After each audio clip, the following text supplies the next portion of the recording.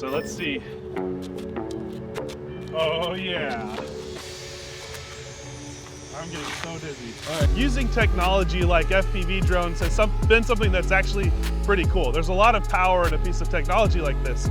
However, it's not always the right tool for the right job. A lot of directors want us to be able to control the pan, tilt, where the gimbal is facing. And that's not something that we can do with standard FPV drones where the camera is just mounted on top of the drone. So by adding a gimbal to the drone and finding out a different way to make shots with it, I think we're gonna be able to come up with something pretty cool. So I'm really excited to see what FPV gimbals on top of high performance FPV drones will do to create for us. But let's just have a play and see what we can do with this. See you later. Welcome to the wild side. Wild, wild, wild. Welcome to the wild side. Wild side. So what I gotta figure out is how to get this mounted to this. So the drone we're using is the Moneyshot Mini V2. The first thing we need to do to this Moneyshot is switch it from this camera plate, where it's got the actual mounting plate for the camera to be physically locked on there, to this plate, which has actually got these holes to mount bits of the Ronin gimbal on here to make sure that we can lock the gimbal into place on this thing. So we gotta take this whole bad boy apart. Ba-da-ba-bam. So this is the whole top plate with the alpha gels. So I've got the Ronin Pro Mounting Kit, which comes with a bunch of different tools, like, you know, different quarter 20 cheese plates. It's got different like focus motors and all that stuff.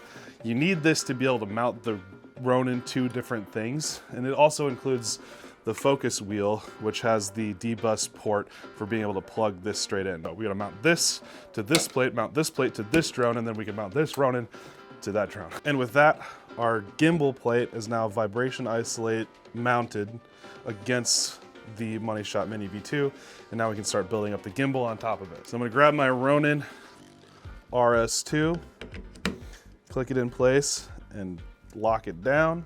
Now this is fully fixed on there, and you can see with just a little bit of jiggle there, slightly moves around, but that's just the vibration isolation working, but it's super locked and fixed against the actual drone. Before we get too far into this video, I want to throw out that this is not intended to be how to do FPV gimbaled cinelifter flights.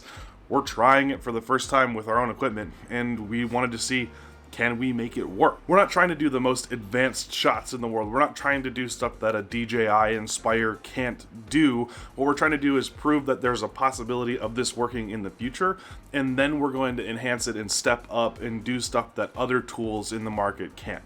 So enjoy watching us learn and practice and try, and stay tuned for us to excel and make things perfect and get the coolest stuff possible. So let's head back into the video and enjoy us learning our way through strapping an FPV gimbal to a Cinelifter. From this point, we completed the rest of the assembly of the gimbal and building the camera and setting up the transmission system and the controller and all that.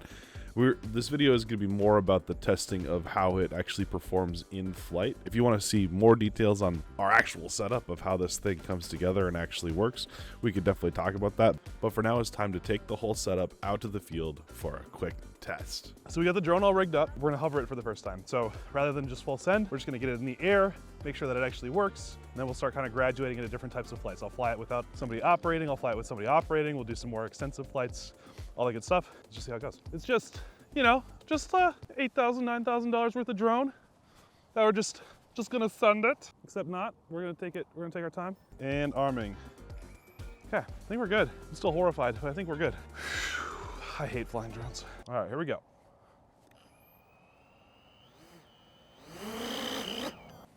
It's an interesting sound. What could that have been? Let's just take the gimbal off once really quick and see if it's fine. I'd rather just to take everything one step at a time, nice and slow. Make sure everything's good. No reason to rush. See, nice and simple. So with the gimbal on, I expect it to be pretty normal. I expect it to be a little bit heavier than usual, and it really doesn't notice the difference between just like being empty and being with the VGH1. So I expect it to fly great. I just am nervous. All right, arm check. Arming.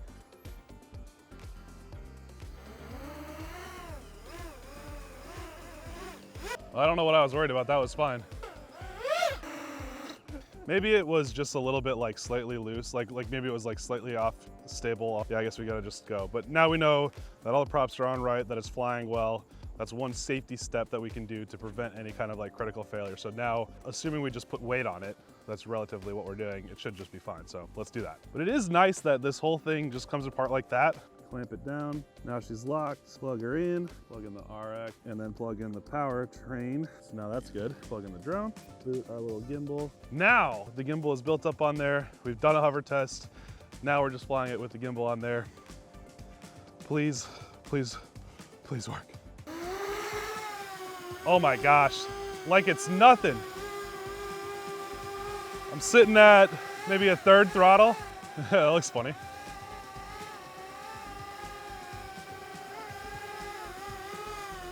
So the gimbal's just in follow mode, so it's kind of just doing, it's trying to just dull everything that I'm telling it to do. Wow, that looks so wild, dude. Honestly, that's super tolerable. And again, with this like 1/3 throttle here,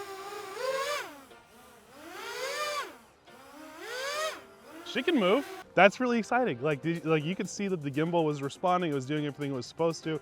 Drone didn't care. I did notice like when I made a quick change from like that, like where you're kind of moving from one side to the other, as the kind of chicken neck is like, you know, making its way from one side to the other, you can see the whole body of it kind of like react to that a little bit.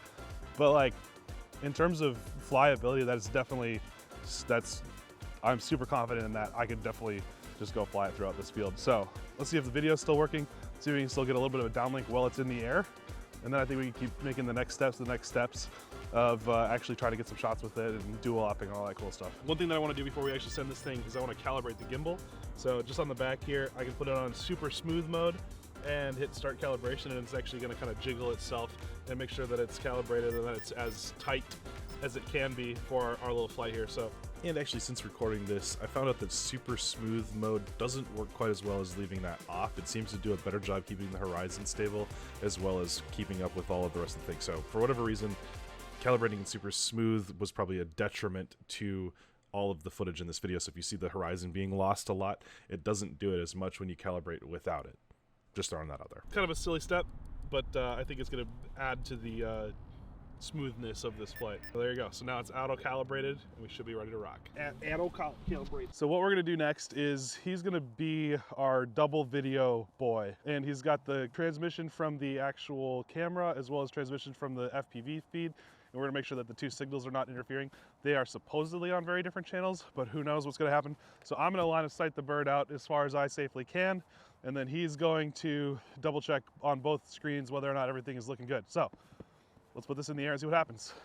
Arming, launching. Yeah, she don't care. Good so far?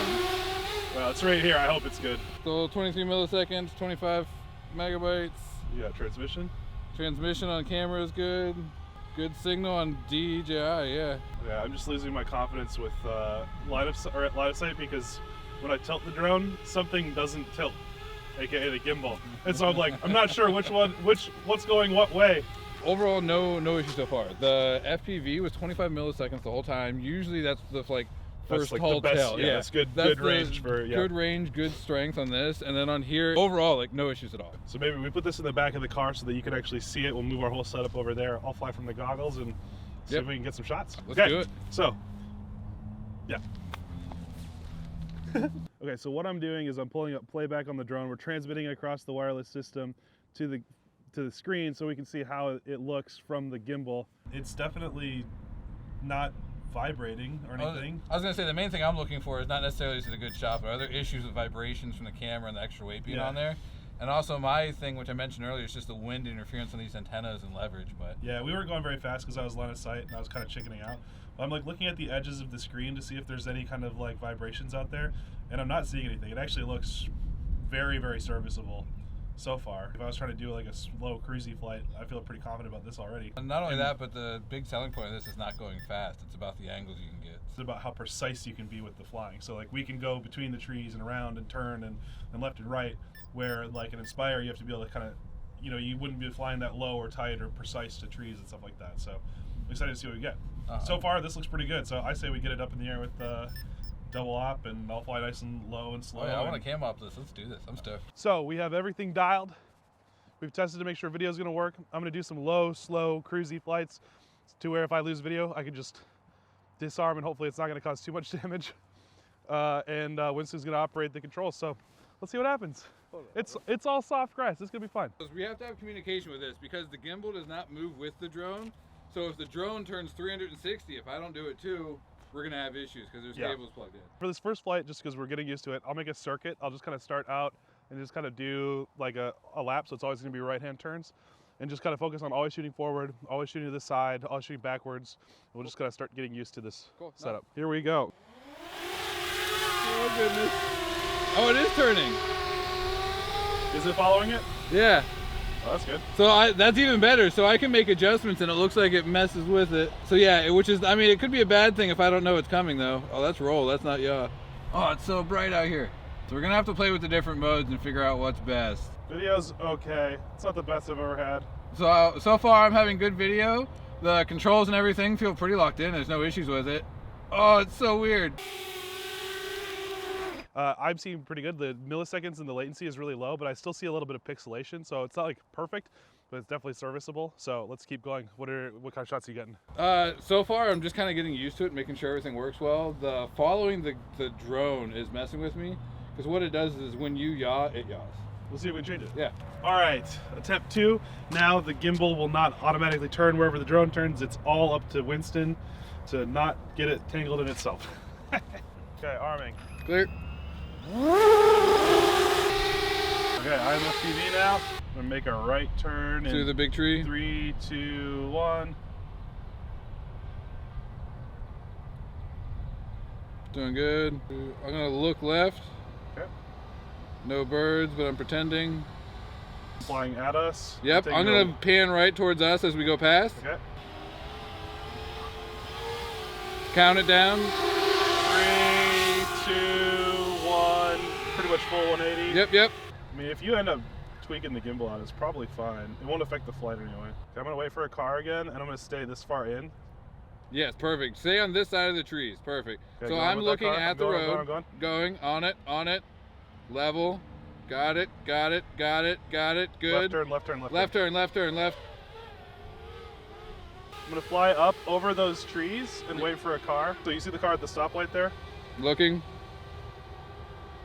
Caught. So as soon as he goes, I'm gonna turn, or as soon as he comes to us, I'm gonna turn right, and I'm gonna drop down. Yep. and So he's fly moving along. now. That one. Yep. On it. Yep. Waiting. Good comms. Waiting. I'm on it. Starting my turn On it. and going. Give me speed if I need it. Good. Speed. Careful. All right, he's gone. Oh, he was faster. Okay. Oh yeah, he was gone. Okay, I didn't I'm want gonna turn all you the to way push around it. towards the street. Hold. All right, caught up. Okay. On And the I'm street. Going with that Jeep. Yep, looking. They're too fast. I'm on them, but oh, that looks good though. Left to right. I'm looking straight at the stoplight again. All right, watching. So you're gonna turn right out of this? Yep. All right. Right maneuver on call. Copy. Okay, you see the guy turning? Yes. Okay, I'm waiting for him. On them. Ready for movement. Okay, I'm starting movement Good. and dropping in. On the subject. Good. Going good. fast. Gimbal crapped out. I got the subject. Good. Right turn out. Right turning out. Right turn out. Nice. How'd that look?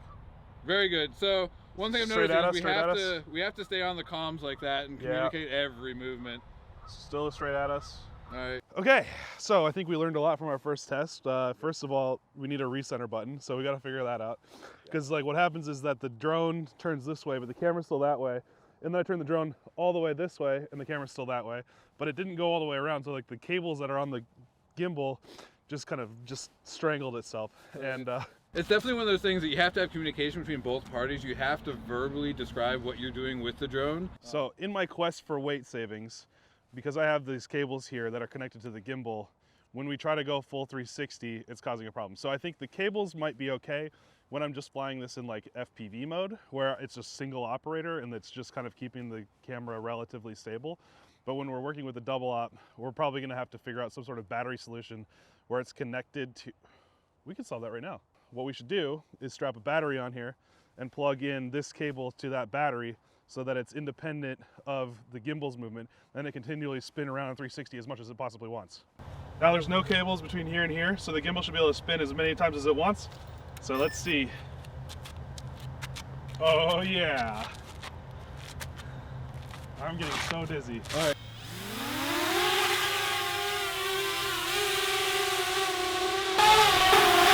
All right, you good? Yep. Looking backwards is so weird. So right there, I was looking backwards as you were going forward. That was kind of, it was a cool look to the shot. Are you gonna turn left? Yep. Gonna parallax those trees. Watching the road.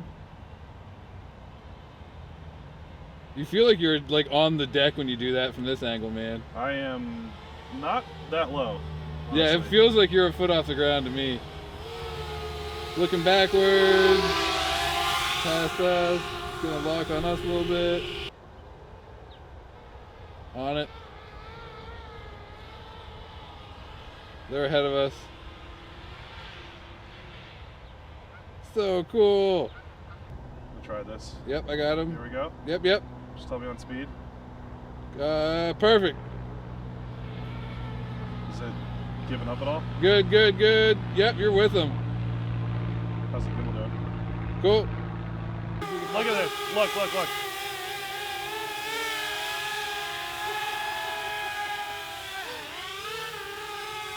How funny is that?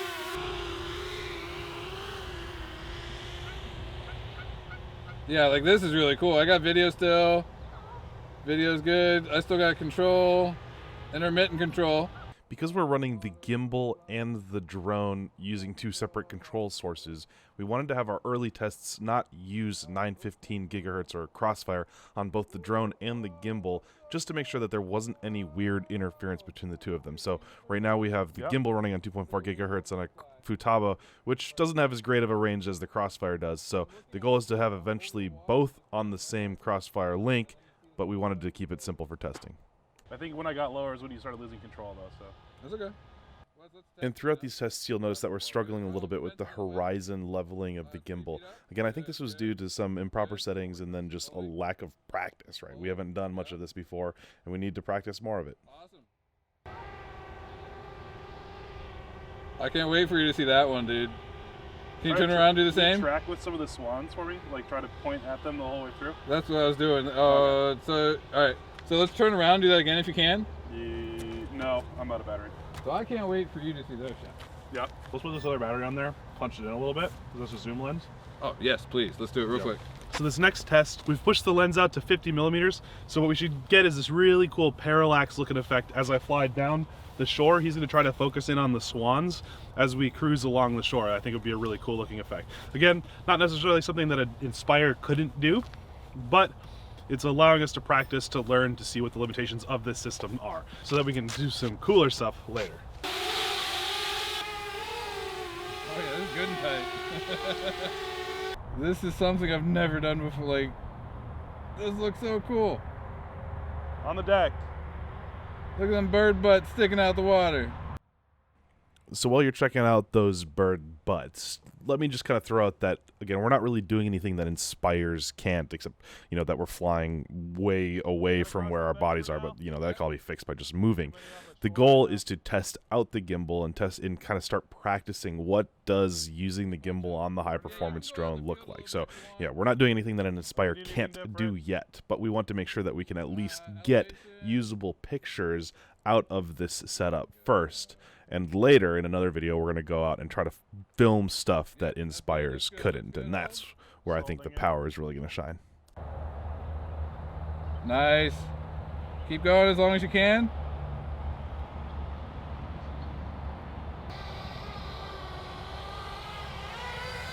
I'm on us.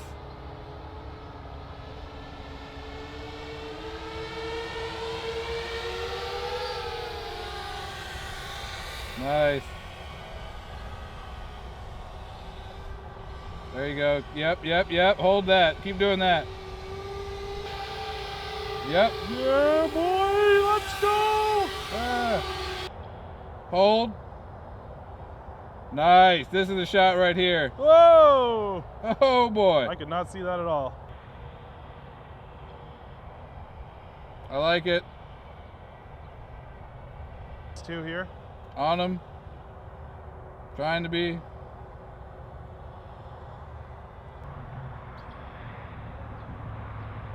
Yes, yes. This is it here. It's a total Inspire shot. I don't give a shit. It looks good though. Can we close her further? I'm on the 2 lone ones. Keep going. I'm still on them. Keep going. All right, I'm moving to the front. All right, I'm looking at the group of the solo one towards the shore. I'm on him.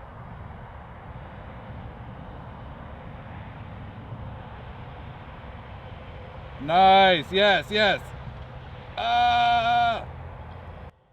At the end of testing this day, we were running really low on light and had to run on to the next thing. So we didn't have a chance to kind of conclude this spot. But we knew that we were coming back in another day to do a little bit more testing. We spent the night dialing in some more settings, doing some more planning, and we met up with our friend Caitlin at another park to get some more practice. So I want everybody to meet Caitlin Calhoun. She's a filmmaker, documentary filmmaker especially. I've gotten to work on 2 of her projects. One was Snag in the Plan, where I imitated a bat with an FPV drone, and then just recently Hellbender in the Blue, which is brand new, out.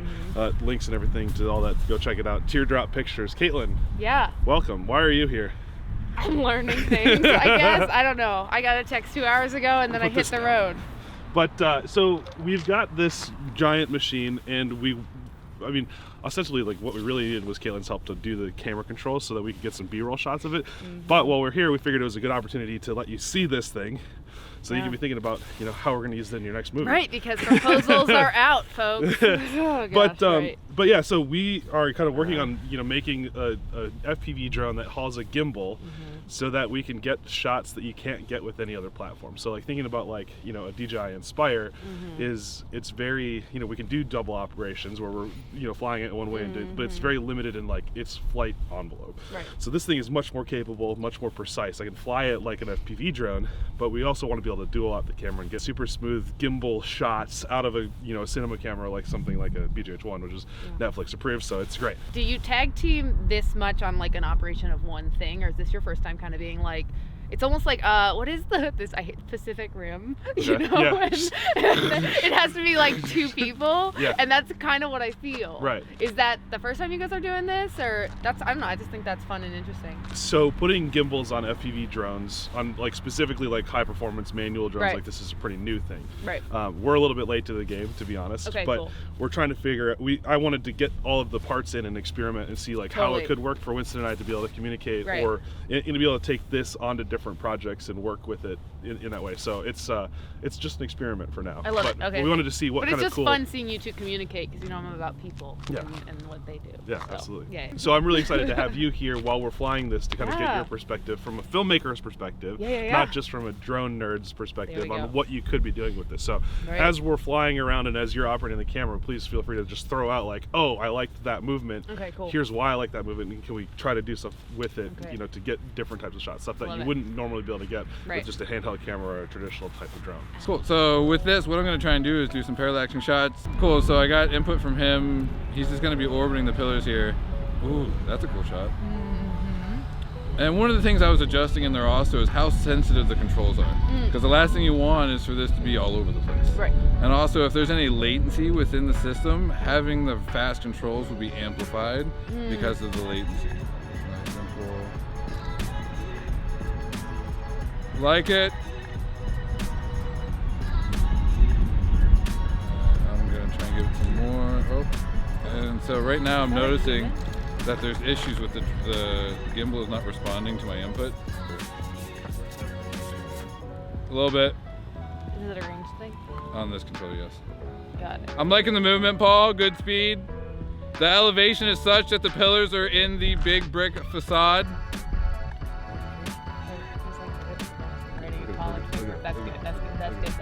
So what I'm trying to do here is the parallax to where the crosshairs goes past, and but you stay focused on that. So, and what I noticed there is it overcorrected there because of the delay, or because of the RC link being intermediate. Got it. So because it wasn't doing what I thought it was, that looked awesome. What I thought it was going to do, I overcorrected, and therefore it just like it cut up and jerked. Right. There it goes. But see how it's not smooth right there? It's jerky. Right. Yeah. Oh, so this is a cool one on the sidewalk, just looking straight. And I'm watching and I look towards us. Oh, bye. Yep.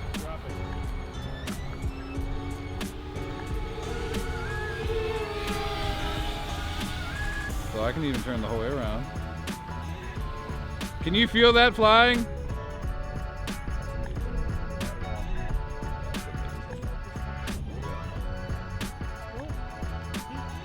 Nice. Can you do the reverse of that?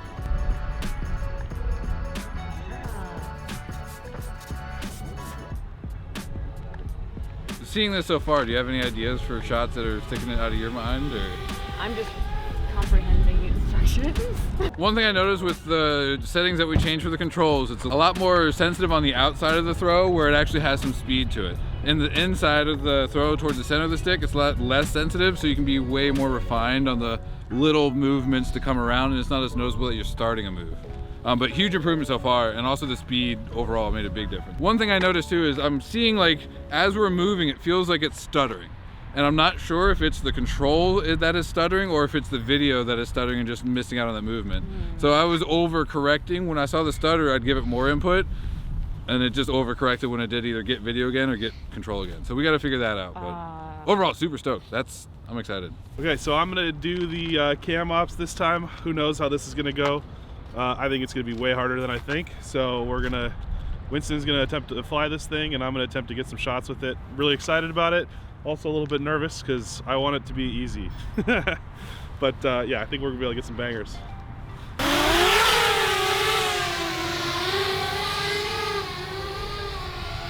Okay, yeah, nobody in the statue area.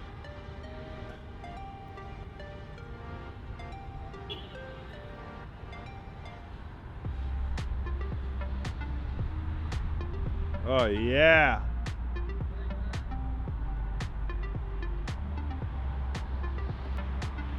Just keep orbiting.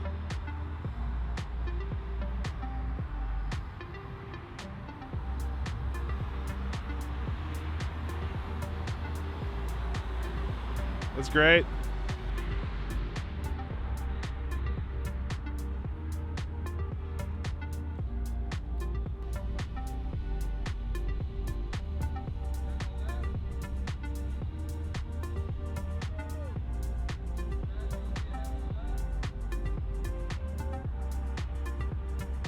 That looks pretty neat.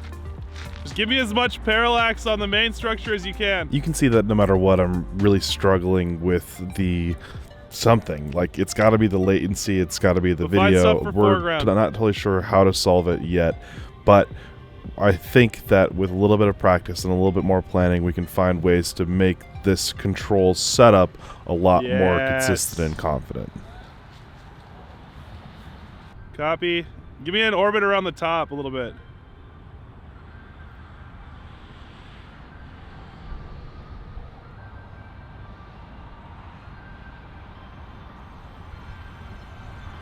That was sick. Do that again for me.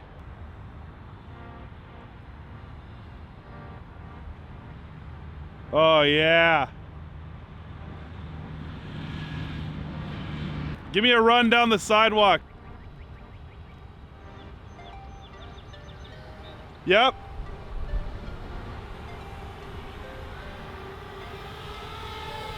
And at your action.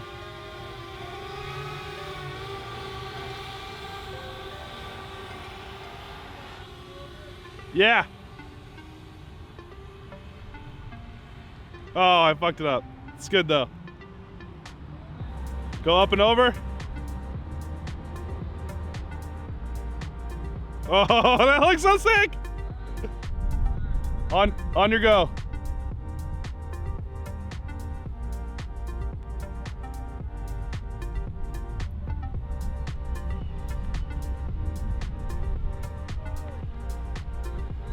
Traffic is clear. Yeah. So now that I've had a chance to actually operate the gimbal, what you guys were describing as like stuttering, I think is the gimbal actually like doing something against what the drone is doing. Like it was weird because it was something like it would like the drone would move, and then I would see like the angle of where I was pointed would slightly change. So I don't know if there's something else going on or not, but like it kind of seemed like there was more than just like video stuttering or latency. Like it's like maybe not quite keeping up all the way. So no, I noticed that as well, where it didn't want to keep up at certain points where Yeah.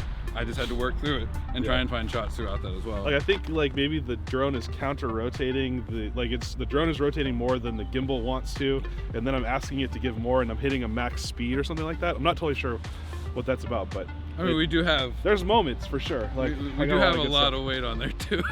Yeah, I guess I did put a 360 camera on there for that flight too, but yeah, so it's challenging, but I can see the potential for sure. No, I liked it. That was fun, man. So obviously we have a long way to go with this project. The gimbal is doing really well when it's under pressure from the drone, but the control system is not working. I've got a really cheap video transmission system, and I have a 2.4 gigahertz control system that I need to upgrade and find new ways of working with this. So I'm going to go ahead and keep messing with that and make sure that I get the whole setup dialed, and then we're going to find something really cool to film. This video was never intended to be like, this is how we made the perfect system for doing Ronin chasing with an FPV drone. No, it was the opportunity to explore, to learn, and to try it. And now we get to go and have some fun. We know that it works. We just have to figure out how to dial in all of the particular little bits. And we're gonna go find something sick to film with it. So if you guys have suggestions of what we should go shoot, please leave them in the comments in the description below. Thank you so much for watching this video. It ended up being a little bit long. I apologize for that. But I think we covered a lot of really interesting topics and we had a lot of fun testing it together. So thank you so much for watching this video and stay flying.